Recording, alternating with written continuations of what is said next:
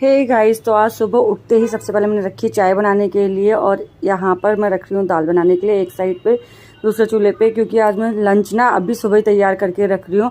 वैसे भी हमेशा लंच सुबह ही तैयार कर लेती हूँ मैं, लेकिन आज मुझे करना है बहुत सारा काम। तो इसके बाद मुझे अपनी बेटी के लिए टिफ़िन तैयार भी करना है, ब्रेकफास्ट भी करना है, दोनों चीज़ें उसकी तैयार करनी है।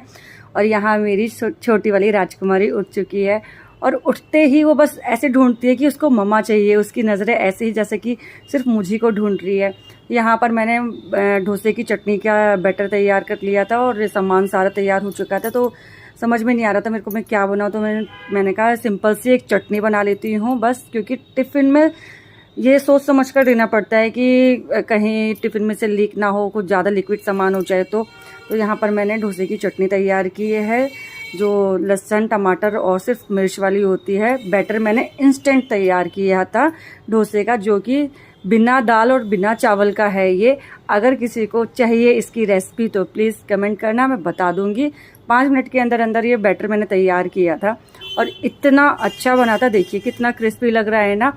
जितना देखने में अच्छा लग रहा है उतना ही ये खाने में अच्छा लग रहा था और हेल्थी भी था, बहुत बढ़िया था। तो उसके बाद हम लग गए थे काम में। बेटी जब मेरी स्कूल से आ गई बड़ी वाली, क्योंकि हमें ना सोफ़ा कम बेड ये बाहर वाला अंदर करना था और ये इतना हैवी है ना। जब भी हमारे घर हमने लेकर आए थे ना, तो इसको 5 से 6 लोगों ने घर में अंदर लेकर आ पाए थे। बहुत हैवी है वो। फिर भी हम दोनों माँ बेटी ने मिलकर ये काम किया। अंदर वाला बेड हमें बाहर करना था और बाहर वाला सोफ़ा कम बेड अंदर। तो पसीने भाई निकल रहे थे, थक चुके थे हम बुरी तरीके से। हमारी हिम्मत जवाब दे गई थी। सीरियसली डिलीवरी के बाद ना सच में वीकनेस आ जाती है लेडीज़ को बहुत ज़्यादा, तो इतना काम तो हो ही नहीं रहा था। फिर मेरी बेटी ने कहा कि मम्मा रूह अफ़ज़ा पानी पीते हैं और फिर लगते हैं उसके बाद काम में। तो मैंने कहा ठीक है, पहले हम रूह अफ़ज़ा पानी पीते हैं, उसके साथ कुछ खाते हैं और फिर सफाई करने लगते हैं दोबारा से। तो यहाँ पर सारा काम हो चुका था। उसके बाद मैंने कहा बच्चों तुम लोगों के लिए मैं स्वीट कॉर्न तैयार करती हूँ। स्वीट कॉर्न तैयार करने के बाद सामान देख ही लिया आपने कितना फैल गया था मेरा। तो धीरे धीरे हम सबने वो कर लिया था, दोनों ने मिलकर। यहाँ पर मैंने डिनर की तैयारी कर ली थी, आलू टमाटर की सब्जी, पूड़ी, कचौड़ी, खीर। तो मैं यहाँ पर बच्चों को और बच्चों के पापा को खाना तैयार करके दे रही थी। गरम गरम कचौड़ियाँ, गरम गरम पूड़ी खाने में ही मज़ा आता है।